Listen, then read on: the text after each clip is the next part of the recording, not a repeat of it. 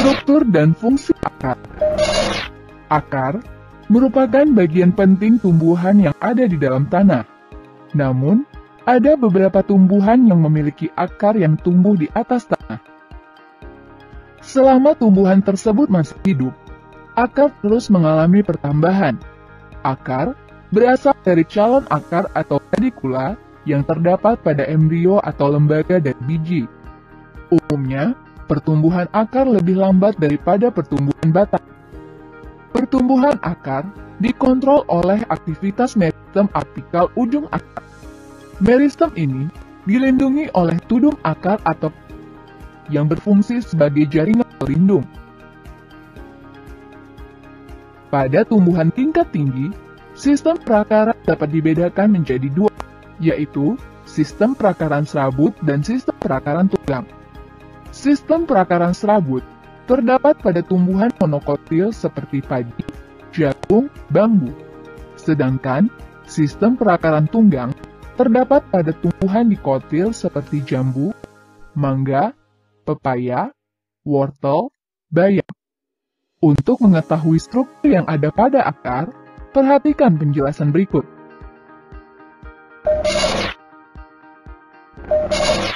Jika dilihat secara keseluruhan, akar memiliki struktur luar atau morfologi, antara lain 1.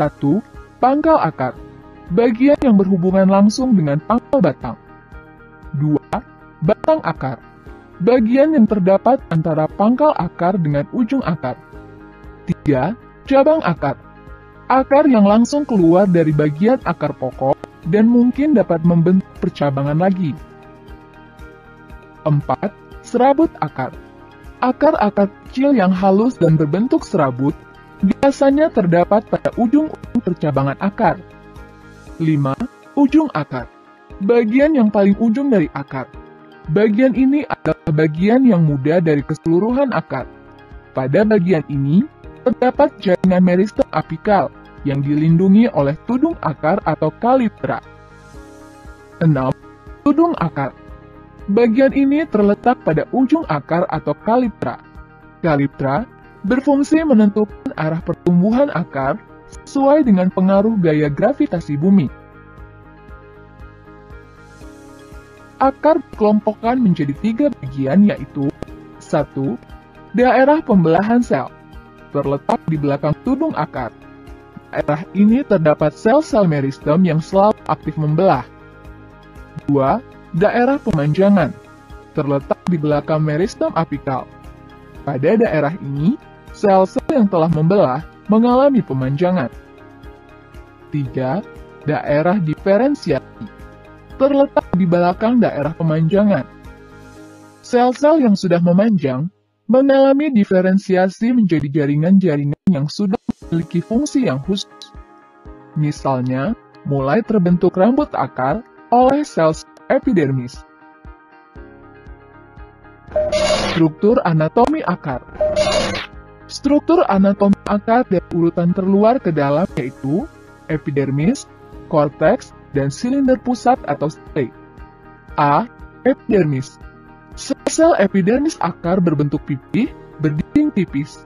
Pada daerah dekat ujung akar, sel-sel epidermis ini termodifikasi menjadi rambut akar atau bulu akar. Bulu akar berfungsi menyerap air dan garam-garam mineral dari dalam tanah. Bulu akar memperluas permukaan akar.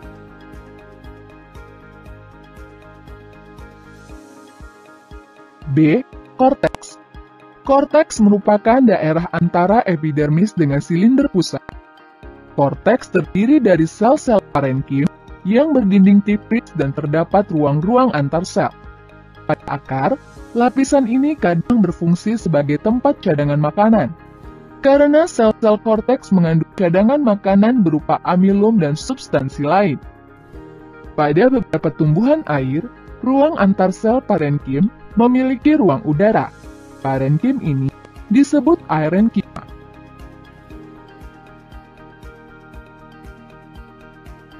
Lapisan korteks dapat dibagi menjadi dua, yaitu lapisan luar atau eksodermis dan lapisan dalam atau endodermis. 1. Eksodermis. Lapisan luar korteks yang langsung berbatasan dengan epidermis dan dinding selnya mengandung suberin atau lignin. Eksodermis terdiri dari lapis sel atau lebih, berupa sel panjang dan sel pendek berselang-seling, atau satu macam saja. 2. Endodermis. Bagian sebelah dalam dari korteks yang terdiri dari satu lapis sel dengan dinding sel tebal yang mengandung lilin atau suberin dan lignin. Penebalan pada dinding sel endodermis membentuk rangkaian berbentuk pita yang disebut pita Kaspari. Pita Kaspari mencegah air masuk melintasi dinding sel. Endodermis terletak di antara silinder pusat dan korteks. Untuk masuk silinder pusat, air melalui endodermis yang dindingnya tidak menebal, yang disebut sel peresap. Endodermis merupakan jaringan yang dapat mengatur lalu lintas zat ke dalam pembuluh akar. Selain itu, juga berfungsi menyimpan makanan cadangan. C. Silinder pusat atau stele. Di sebelah dalam endodermis, terdapat daerah silinder pusat. Silinder pusat menempati bagian tengah akar. Silinder pusat akar tersusun oleh jaringan xilem, floem, dan perisikkel. Xilem dan floem merupakan bekas pembuluh angkut yang terletak di sebelah dalam perisikkel. Di antara xilem dan floem terdapat kambium. Xilem terdapat di bawah kambium dan floem terletak di atas kambium. Kambium menyebabkan pertumbuhan sekunder yang mengakibatkan batang semakin membesar ke samping. Pada monokotil tidak terdapat kambium. Oleh karena itu, pada tumbuhan monokotil tidak terdapat pertumbuhan sekunder berupa batang membesar dan mengeras. Sedangkan, perisikkel merupakan lapisan terluar dari silinder pusat yang terdiri dari satu atau beberapa lapisan sel, dan berfungsi dalam pertumbuhan sekunder dan pertumbuhan akar ke samping.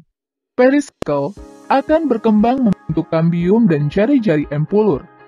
Empulur merupakan jaringan parenkim yang berada di bagian pusat akar atau batang. Pada akar tumbuhan monokotil terdapat empulur, sedangkan pada akar tumbuhan dikotil tidak terdapat empulur. Pada tumbuhan monokotil, xilem primer terletak berselang-seling dengan floem primer, dengan letak xilem lebih ke dalam dari floem. Sedangkan pada tumbuhan dikotil, xilem terletak di pusat akar dan berbentuk seperti bintang.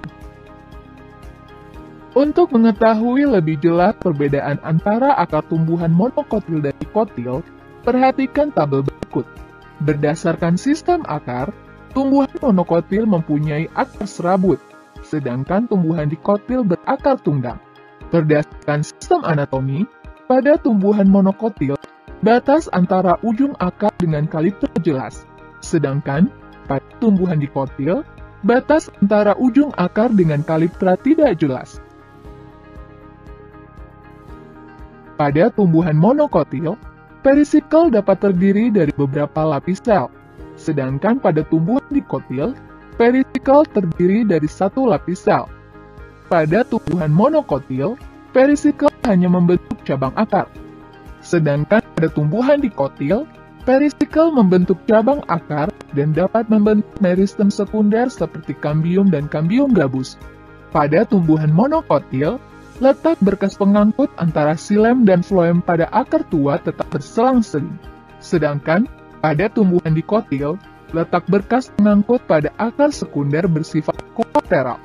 Xilem di dalam dan floem di luar.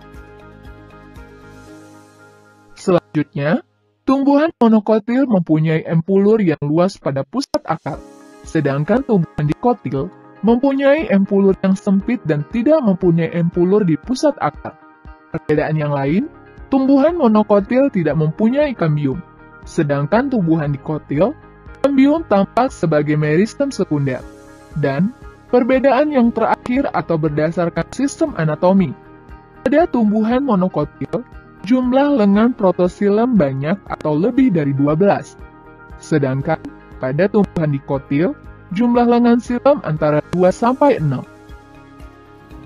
Akar bagi tumbuhan tentunya sangat bermanfaat, antaranya sebagai berikut. 1. Sebagai organ penyerap air dan garam mineral serta hara yang diperlukan oleh tumbuhan dari dalam tanah secara osmosis. Air dan garam mineral kemudian dibawa ke daun untuk fotosintesis. 2. Melekatkan dan menopang tubuh tumbuhan agar tegak dan kokoh. 3. Pada beberapa tumbuhan, akar berfungsi sebagai tempat penimbunan bahan makanan, seperti ketela pohon, wortel, dan bengkoang. 4. Membantu pernafasan. Oksigen dapat masuk melalui akar secara difusi. Beberapa tumbuhan memiliki akar nafas, seperti pada tumbuhan bakau.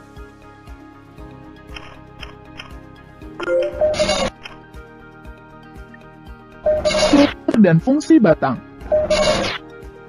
Batang merupakan organ tumbuhan yang berfungsi menegakkan tubuh tumbuhan. Batang berfungsi sebagai saluran penghubung agar air dan mineral yang diserap akar dapat sampai ke daun. Pada batang, terdapat tempat munculnya daun yang disebut buku atau nodus. Pada setiap buku, terdapat daun yang berjumlah 1, 2, atau lebih. Jarak antara buku yang satu dengan yang lain disebut internodus. Untuk mengetahui struktur pada batang, perhatikan penjelasan berikut. Struktur morfologi batang. Coba kamu bandingkan batang selada dengan batang mawar ini. Dua contoh batang ini menunjukkan adanya ciri-ciri khusus batang. Misalnya, lunak, batang keras, berwarna hijau atau coklat. Pada tumbuhan Angiospermae, ada 3 tipe batang, yaitu tipe rumput atau kalmus, tipe lunak berair atau herbaceous atau terna, dan tipe berkayu atau lignosus. Tumbuhan herba atau terna umumnya lunak atau tidak berkayu, atau hanya mengandung jaringan kayu sedikit sekali. Karena itu, ketika tumbuhan ini mati, tidak ada bagian batang yang tersisa di permukaan tanah.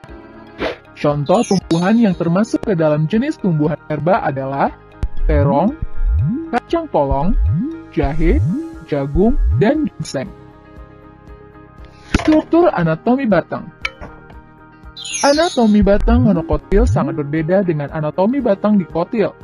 Struktur batang monokotil terdiri dari epidermis, sklerenkim, parenkim, korteks, ikatan pembuluh, dan parenkim empulur.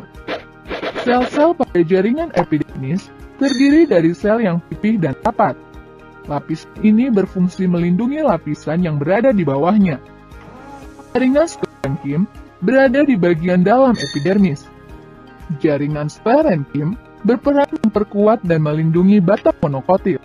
Ikatan pembuluh menyebar hingga ke empulur, sehingga batas korteks dan empulur tidak tampak. Struktur batang dikotil terdiri dari sistem jaringan primer, antara lain epidermis, korteks, dan silinder pusat atau stele. Jaringan epidermis pada batang dikotil memiliki dinding sel epidermis yang tebal dan dilapisi oleh kitin atau kutikula. Umumnya terdiri dari satu lapis yang berfungsi untuk melindungi jaringan di dalamnya. Jaringan korteks berada di bawah jaringan epidermis yang tersusun dari sel-sel parenkim. Fungsi jaringan korteks adalah untuk menyimpan cadangan makanan. Pada beberapa jenis tumbuhan, dinding sel-sel parenkim menebal membentuk kolenkim dan sklerenkim yang berfungsi memperkuat batang. Dan terakhir, silinder pusat yang merupakan bagian terdalam dari batang. Silinder pusat atau stele tersusun oleh xilem primer, floem primer, cambium vascular, dan empulur. Xilem primer yaitu jaringan yang tersusun dari pembuluh xilem atau trakea, trakeit, sel-sel parenkim xilem, dan serabut xilem. Jaringan ini terbentuk pada pertumbuhan primer. Floem primer yaitu jaringan yang tersusun dari beberapa macam sel, seperti sel-sel floem atau tapis, sel pengiring, parenkim floem, dan serabut floem. Di antara jaringan xilem dan floem, terdapat kambium vaskular atau kambium pembuluh. Hanya tumbuhan dikotil yang memiliki kambium, sehingga dapat terjadi pertumbuhan sekunder. Pada tumbuhan monokotil, tidak terdapat kambium, sehingga pertumbuhan yang terjadi hanya memanjang. Dan terakhir empulur, yaitu bagian dalam batang yang tersusun oleh sel parenkim dan berfungsi sebagai tempat penyimpanan makanan. Empulur ditemukan pada batang yang muda. Empulur tidak ditemukan pada batang yang telah tua, karena empulur semakin hilang sejalan dengan pertambahan diameter batang. Kamu telah mengetahui bahwa hanya tumbuhan dikotil memiliki kambium, sehingga mengalami pertumbuhan sekunder. Jaringan sekunder terbentuk akibat aktivitas kambium. Jaringan sekunder terdiri atas floem sekunder, xilem sekunder, gabus, dan kambium gabus. Proses pertumbuhan sekunder dimulai dari aktivitas kambium pembuluh. Kambium ini membentuk pembuluh xilem primer ke arah dalam dan membentuk floem primer ke arah luar. Selanjutnya, pertumbuhan sekunder menambah lapisan pembuluh xilem sekunder dan floem sekunder, sehingga kulit batang membesar atau mengalami pertumbuhan sekunder. Xilem sekunder merupakan jaringan xilem yang dibentuk oleh jaringan kambium ke arah dalam. Letak xilem sekunder lebih ke arah luar daripada letak xilem primer. Pertumbuhan jaringan xilem sekunder menyebabkan jari-jari xilem semakin besar. Pertumbuhan jari-jari xilem tidak sama setiap tahun, tergantung pada curah hujan, persediaan air, makanan, dan pengaruh musim. Fenomena tebal tipisnya pertumbuhan jari-jari batang menyebabkan terbentuknya lingkaran tahun. Di negara yang memiliki 4 musim, setiap tahunnya akan didapatkan 4 batas lingkaran tahun. Aktivitas kambium pembuluh yang memperbesar diameter batang tidak dapat diimbangi oleh aktivitas epidermis atau kulit dan korteks bagian luar. Dan dibentuklah lapisan gabus yang menggantikan fungsi epidermis. Lapisan gabus dewasa merupakan sel mati dan memiliki dinding tebal yang berlilin. Lapisan ini melindungi jaringan batang di bawahnya dari penguapan, kerusakan fisik, dan patogen. Lapisan gabus diproduksi oleh jaringan kambium gabus dari sel parenkim di korteks. Pada beberapa permukaan batang terdapat lentisel, karena lapisan gabus tidak memungkinkan terjadinya pertukaran gas. Berikut adalah tabel perbedaan struktur batang monokotil dengan dikotil. Pada tumbuhan monokotil, umumnya batang tidak bercabang-cabang, sedangkan pada tumbuhan dikotil, umumnya batang bercabang-cabang. Pada tumbuhan monokotil, hipodermisnya berupa kolenkim, sedangkan tumbuhan dikotil, hipodermisnya berupa kolenkim. Pada tumbuhan monokotil, pembuluh angkut tersebar, sedangkan pada tumbuhan dikotil, pembuluh angkut teratur dalam susunan lingkaran atau berseling radial. Pada tumbuhan monokotil, tidak mempunyai jari-jari empulur, sedangkan tumbuhan dikotil, jari-jari empulur berupa deretan parenkim di antara berkas pengangkut. Pada tumbuhan monokotil, tidak mempunyai kambium vaskular sehingga tidak dapat tumbuh membesar. Sedangkan tumbuhan dikotil mempunyai kambium vaskular sehingga dapat tumbuh membesar. Pada tumbuhan monokotil, empulur tidak dapat dibedakan dengan daerah korteks. Sedangkan tumbuhan dikotil, antara daerah korteks dan empulur dapat dibedakan. Pada tumbuhan monokotil, tidak ada kambium di antara xilem dan floem. Sedangkan tumbuhan dikotil ada kambium di antara xilem dan floem. Batang memiliki beberapa fungsi di antaranya. 1. Sebagai penyokong organ lain yang berada di atas tanah. 2. Tempat jalannya pengangkutan air dan garam dari akar ke daun melalui pembuluh kayu dan dari daun ke seluruh tubuh tumbuhan melalui pembuluh tapis. 3. Pada beberapa tumbuhan, batang berfungsi sebagai tempat penimbunan bahan makanan, misalnya pada tanaman tebu, kentang, dan kaktus.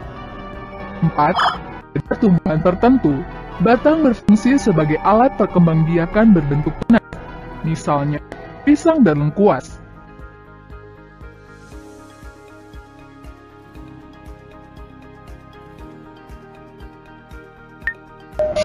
Struktur dan fungsi daun. Struktur morfologi daun. Coba amati bentuk daun tumbuhan di sekitar rumahmu. Dari pengamatanmu, tentunya kamu dapat melihat bentuk daun berbeda-beda.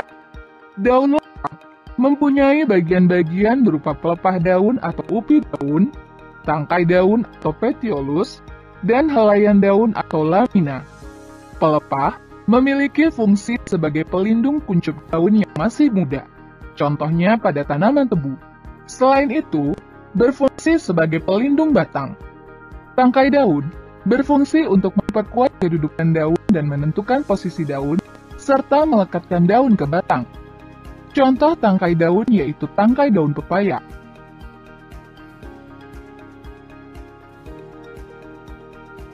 Daun adalah bagian yang sangat penting bagi tumbuhan. Umumnya daun berwarna hijau, tetapi pada beberapa tumbuhan, daun tidak hijau seluruhnya. Contohnya, pada daun Rheodiscaler. Daun juga ada yang memiliki tepi daun yang rata, ada juga yang tepi daunnya bergerigi. Dalam satu tangkai daun, ada yang helaian daun satu atau daun tunggal, dan ada juga yang lebih dari satu atau daun majemuk. Daun majemuk, ada yang anak daunnya tersusun menyirip dan ada yang menjari.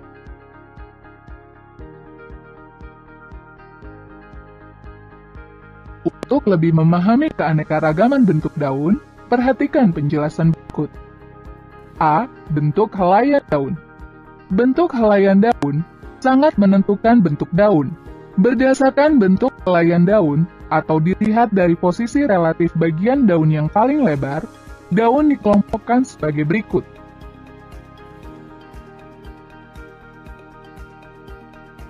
1. Bagian terlebar yang berada di tengah-tengah helaian daun. Bentuk-bentuk daun yang termasuk dalam pola ini antara lain, bentuk bulat misalnya daun teratai, bentuk panjang misalnya daun serikaya, dan bentuk lanset misalnya daun kemboja. 2. Bagian terlebar berada di bawah tengah-tengah daun. Bentuk ini terdiri dari bentuk bulat telur misalnya daun kembang sepatu, bentuk segitiga misalnya daun bunga pukul 4, bentuk panah misalnya daun eceng gondok, dan bentuk jantung misalnya daun waru. 3. Bagian terlebar berada di atas tengah-tengah daun. Bentuk-bentuk daun yang termasuk dalam pola ini adalah bentuk bulat telur sungsang, misalnya daun sawo kecil, serta bentuk segitiga terbalik, misalnya daun semanggi. 4. Bagian daun sama lebar. Bentuk-bentuk daun yang termasuk dalam pola ini adalah bentuk garis misalnya daun dari tumbuhan rumput-rumputan, bentuk pita misalnya daun jagung, serta bentuk jarum misalnya daun pinus. B. Bentuk ujung daun. Bentuk ujung daun dapat dibedakan menjadi 1. Runcing. Umumnya terdapat pada daun berbentuk bulat panjang, lanset atau segitiga. Misalnya, ujung daun oleander. 2. Meruncing. Misalnya, ujung daun sirsak. 3. Membulat. Misalnya, ujung daun teratai besar. 4. Rata. Misalnya ujung daun semanggi.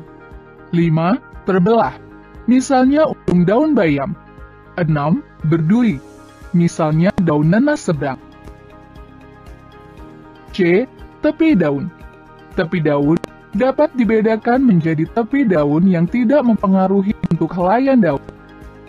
1. Rata. Misalnya daun nangka. 2. Bergerigi, lekukan dan tonjolan runcing. Contohnya daun lantana. 3. Bergerigi, lekukan tumpul, dan tonjolan runcing. Contohnya daun beluntas. 4. Benggit, lekukan runcing, dan tonjolan tumpul. Contohnya daun cocor bebek. 5. Berombak, lekukan dan tonjolan tumpul. Contohnya daun air mata pengantin. D. Susunan tulang daun. Susunan tulang daun dapat dibedakan menjadi 1. Menyirip. Tulang daun jenis ini memiliki susunan seperti sirip-sirip ikan, tersusun dari tangkai daun hingga ujung dari helai daun. Contoh tumbuhan yang memiliki tulang daun menyirip adalah daun mangga, rambutan, dan jambu. 2. Menjari. Tanaman ini mempunyai satu tulang daun yang besar dan bentuknya seperti jari-jari tangan. Contoh tumbuhan yang memiliki tulang daun menjari misalnya daun tanaman pepaya, singkong, dan kapas. 3. Melengkung. Tulang daun melengkung berbentuk seperti garis-garis melengkung. Tulang daun jenis ini dapat kita temukan pada berbagai tumbuhan di lingkungan sekitar kita. Contoh tumbuhan yang memiliki tulang daun melengkung, misalnya tulang daun genjer dan daun sirih. 4. Sejajar. Tulang daun sejajar berbentuk seperti garis-garis sejajar, mulai dari pangkal daun hingga ujung daun. Tiap-tiap ujung tulang daun menyatu. Contoh tumbuhan yang memiliki tulang daun sejajar misalnya tebu, padi, jagung, alang-alang, dan semua jenis rumput-rumputan. Struktur anatomi daun. Daun tersusun atas 3 tipe jaringan, yaitu jaringan epidermis, jaringan mesofil, dan jaringan pembuluh. A. Epidermis. Daun memiliki epidermis yang terdapat pada lapisan atas atau epidermis adaksial dan lapisan bawah atau epidermis abaksial. Epidermis biasanya dilindungi oleh lapisan kutikula. Kutikula adalah lapisan lilin yang terdapat di atas epidermis bagian atas. Kutikula ini membuat daun tampak licin. Kutikula berfungsi untuk mencegah penguapan yang terlalu besar. Contohnya, pada permukaan bawah daun pisang. Epidermis umumnya terdiri dari satu lapis, namun ada juga yang lebih dari satu lapis.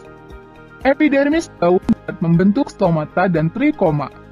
Stomata umumnya terdapat di permukaan bawah dan berfungsi sebagai tempat pertukaran gas dan penguapan air. Trikoma berupa tonjolan atau rambut-rambut halus yang berfungsi memperlambat laju transpirasi. B. Mesofil. Mesofil atau daging daun merupakan jaringan parenkim yang terletak di antara epidermis atas dan epidermis bawah. Mesofil terdiri atas jaringan palisade atau jaringan pagar tiang dan jaringan spons atau jaringan bunga karang, yang keduanya banyak mengandung kloroplas. Jaringan palisade terletak di bawah epidermis atas. Jaringan ini berfungsi sebagai tempat fotosintesis. Jaringan spons bentuknya tidak teratur dan susunannya tidak rapat. Ada ruang-ruang antar sel yang berfungsi menampung karbon dioksida untuk fotosintesis. Jumlah kloroplas pada jaringan spons lebih sedikit daripada jaringan palisade. E. Jaringan pembuluh. Jaringan pembuluh berupa berkas pengangkut atau silem dan floem. Jaringan pembuluh pada daun terdapat di tulang daun dan urat daun. Semakin dekat dengan ujung tulang daun dan cabang tulang daun, maka susunan berkas pengangkut semakin sederhana. Urat-urat halus pada daun berfungsi sebagai pembuluh yang mengangkut air dan zat makanan ke seluruh tubuh. Tulang dan urat daun juga berfungsi menguatkan daun atau sebagai rangka daun. Berikut adalah tabel perbedaan antara daun monokotil dan dikotil. Berdasarkan struktur morfologi, pada tumbuhan monokotil struktur morfologinya, tulang daun sejajar atau melengkung. Sedangkan tumbuhan dikotil, tulang daun menjari atau menyirip. Tumbuhan monokotil berurat daun sejajar dan dihubungkan dengan urat-urat lintang. Sedangkan tumbuhan dikotil hanya berikat daun. Pada tumbuhan monokotil, daun berpelepah. Sedangkan tumbuhan dikotil, daun tidak berpelepah. Berdasarkan struktur anatomi, tumbuhan monokotil, parenkim mesofil umumnya tidak terdiferensiasi menjadi jaringan tiang dan bunga karang. Sedangkan pada tumbuhan dikotil, parenkim mesofil terdiferensiasi menjadi jaringan tiang dan bunga karang. Fungsi utama daun adalah sebagai tempat terjadinya fotosintesis, yang terjadi di mesofil baik di jaringan palisade maupun spons. Di daun, terdapat stomata yang merupakan tempat pertukaran gas. Saat proses fotosintesis, karbon dioksida masuk dan oksigen keluar. Sedangkan, sewaktu proses respirasi, karbon dioksida keluar dan oksigen masuk. Stomata juga berfungsi untuk membuang kelebihan air melalui proses transpirasi atau penguapan.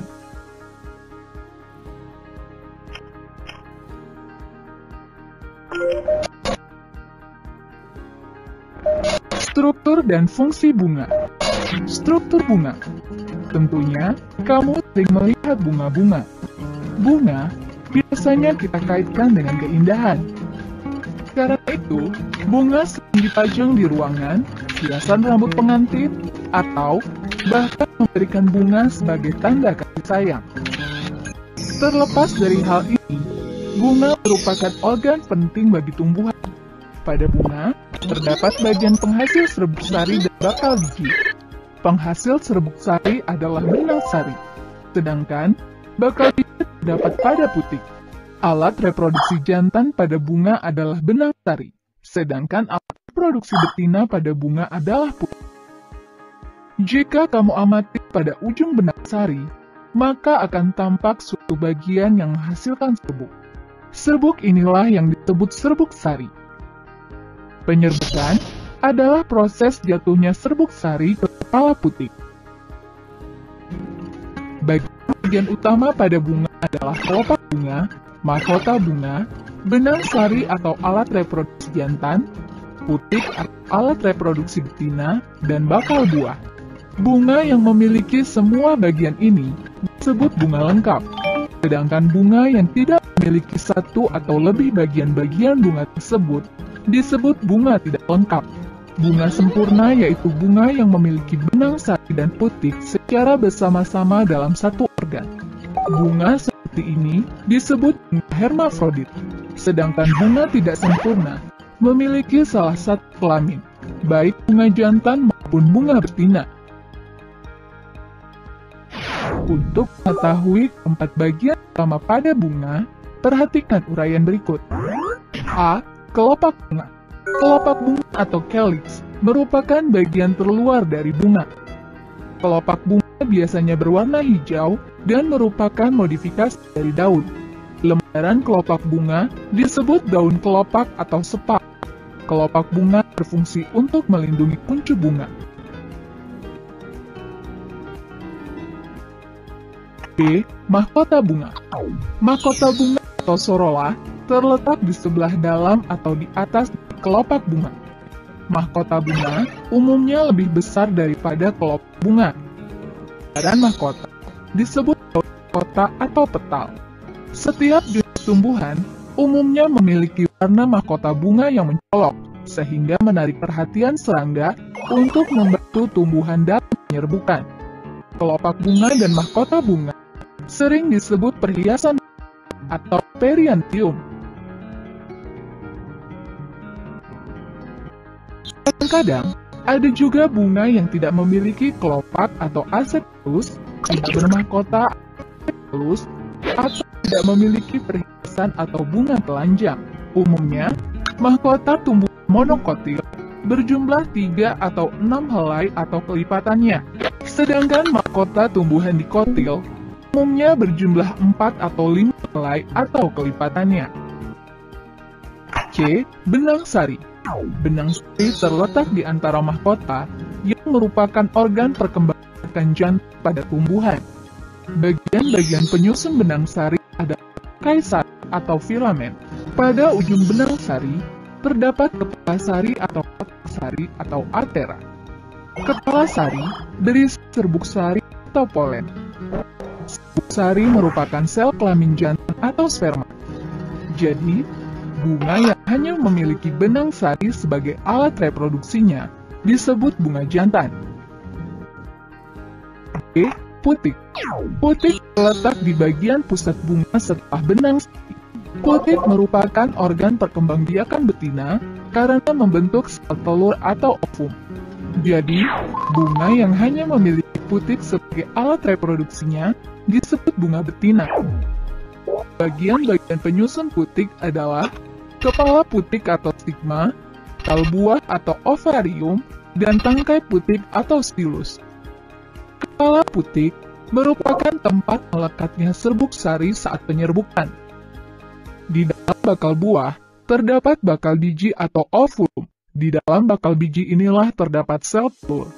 Tangkai putik berupa saluran sempit tempat lewatnya serbuk sari saat pembuahan. Perkembangan bunga menjadi buah dan biji.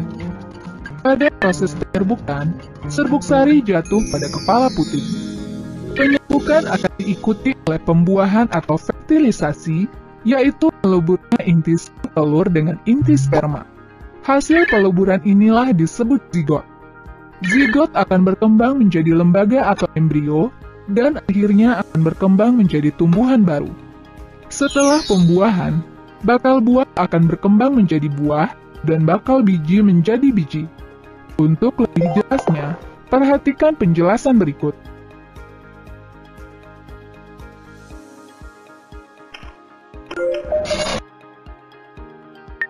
Buah dan biji. Buah. Bagian-bagian buah. Buah terdiri dari kulit buah atau perikarp dan biji. Kulit buah dapat dibedakan menjadi 3 lapisan, yaitu bagian luar yang tipis, kuat atau kaku dengan permukaan licin yang disebut dengan eksokarp. Bagian tengah yang terdiri dari jaringan renggang atau berserat atau berdaging dan merupakan bagian terlebar yang disebut dengan mesokarp, dan bagian dalam yang berbatasan dengan ruang yang mengandung biji, tebal dan keras yang disebut dengan endokarp. Berdasarkan struktur kulit buahnya, buah dapat dibedakan menjadi buah kering dan buah berdaging. Buah kering yaitu buah yang memiliki kulit buah yang tipis, misalnya kulit buah mangga. Sedangkan buah berdaging yaitu buah yang memiliki kulit buah tebal dan berdaging, misalnya kulit buah kelapa. Cobalah amati lapisan-lapisan pada buah mangga, kelapa, dan pisang ini. Lapisan luar kelapa berwarna hijau atau kuning, tipis dan mengkilat. Maka, lapisan luarnya berwarna hijau atau kuning. Sedangkan lapisan luar pisang berwarna kuning, hijau atau merah. Lapisan tengah kelapa tebal, berserabut atau sabut, dan tidak dapat dimakan. Lapisan tengah mangga tebal, berdaging, dan dapat dimakan. Sedangkan lapisan tengah pisang, lunak, tipis, dan tidak dimakan. Lapisan dalam kelapa tipis dan keras yang disebut tempurung. Lapisan dalam mangga tipis, keras, dan liat. Sedangkan lapisan dalam pisang, tebal, lunak, manis, dan dapat dimakan. Macam buah. Buah merupakan hasil perkembangan dari bakal buah atau ovari. Secara umum, buah dibagi menjadi 2, yaitu buah sejati dan buah semu. Buah sejati adalah buah yang terbentuk dari bakal buah saja, dan karena buah ini biasanya tidak diselubungi oleh bagian lain, maka dinamakan buah telanjang atau fructus nudus. Buah sejati dapat dibedakan menjadi buah sejati tunggal kering, buah sejati tunggal berdaging, buah sejati ganda, dan buah sejati majemuk. A. Buah sejati tunggal kering, yaitu buah yang bagian luarnya keras dan berkayu, atau seperti kulit kering. Contohnya, buah bunga matahari, padi, jagung, buah selasi, buah jarak, buah karet, buah duri, dan buah bunga tapak dara. B. Buah sejati tunggal berdaging.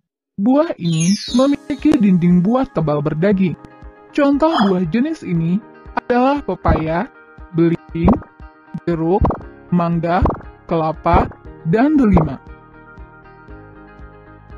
C. Buah sejati ganda yang sering juga disebut dengan buah agregat. Buah jenis seperti ini berasal dari satu bunga dengan banyak bakal buah yang masing-masing lepas, tetapi akhirnya menjadi kumpulan buah atau tampak menyatu. Contohnya, sirsak, nona, raspberry, dan buah serikaya. D. Buah sejati majemuk. Buah jenis ini berasal dari satu bunga majemuk atau banyak bunga dengan banyak bakal buah, tetapi seluruhnya seakan-akan merupakan satu buah. Contohnya, nanas. Sedangkan buah semu terdiri dari bakal buah dan bagian-bagian lain dari bunga. Bahkan, bagian bunga tersebut menjadi bagian yang dominan dalam pembentukan buah, sedangkan bakal buahnya sendiri kurang berkembang. Buah semu dapat digolongkan menjadi buah semu tunggal, semu ganda, dan semu majemuk. A. Buah semu tunggal berasal dari satu bunga yang mempunyai satu bakal buah. Contohnya, jambu monyet, ciplukan, dan apel. B. Buah semu ganda berkembang dari satu bunga yang mempunyai banyak bakal buah bebas dan tumbuh menjadi buah, tapi disertai dengan bagian-bagian bunga lainnya. Contohnya stroberi dan arbe. C. Buah semu majemuk berasal dari bunga majemuk yang kemudian berkembang menjadi buah. Tangkai bunga menebal, tenda bunga berlekatan dan menjadi kulit buah. Contohnya, nangka, mengkudu, dan kelui. Biji. Biji berasal dari bakal biji yang berkembang setelah mengalami pembuahan. Untuk tumbuhan biji atau spermatopita, biji merupakan alat perkembangbiakan utama, karena melalui biji, tumbuhan dapat mempertahankan jenisnya. Biji mempunyai bentuk yang bermacam-macam, seperti bulat, manyat, bulat telur, ladam, dan rumah sipit. Permukaan kulit biji bermacam-macam, ada yang halus, kasar, berkutil, berduri, dan sebagainya. Bagian-bagian biji terdiri atas kulit biji, inti biji, dan tali pusat. Kulit biji merupakan bagian terluar biji dan berasal dari selaput bakal biji. Kulit biji pada tumbuhan ada yang terdiri dari 2 lapis, ada juga yang 3 lapis. Pada tumbuhan berbiji tertutup atau angiospermae memiliki kulit biji yang terdiri dari 2 lapisan, yaitu lapisan kulit luar atau testa dan lapisan kulit dalam atau tegmen. A. Lapisan kulit luar memiliki sifat yang bermacam-macam, ada yang tipis, kaku, bahkan keras. Fungsi lapisan ini yaitu untuk melindungi bagian biji yang ada di dalam. B. Lapisan kulit dalam biasanya tipis. Dan pada tumbuhan berbiji terbuka atau gimnospermae, kulit biji terdiri dari 3 lapisan, yaitu A. Kulit luar atau sarkotesta umumnya tebal. Sewaktu masih muda berwarna hijau, kemudian berubah menjadi kuning, akhirnya merah. B. Kulit tengah atau sklerotesta. Lapisan ini kuat, keras, dan berkayu. C. Kulit dalam atau endotesta. Lapisan ini tipis, seperti selaput dan sering melekat pada inti. Inti biji atau isi biji, yaitu semua bagian biji yang terdapat di dalam kulit. Inti biji terdiri dari embrio dan cadangan makanan. Tali pusar atau disebut juga dengan tangkai biji merupakan bagian yang menghubungkan biji dengan plasenta. Setelah biji masak, biji akan terlepas dari tali pusarnya atau tangkai biji, dan pada bijinya hanya tampak bekas atau dikenal sebagai pusat biji. Pada kulit biji dapat dijumpai bagian-bagian seperti sayap, bulu, saluk biji, pusat biji, liang biji, berkas pembuluh pengangkut, tulang biji, karunle, dan strobiole.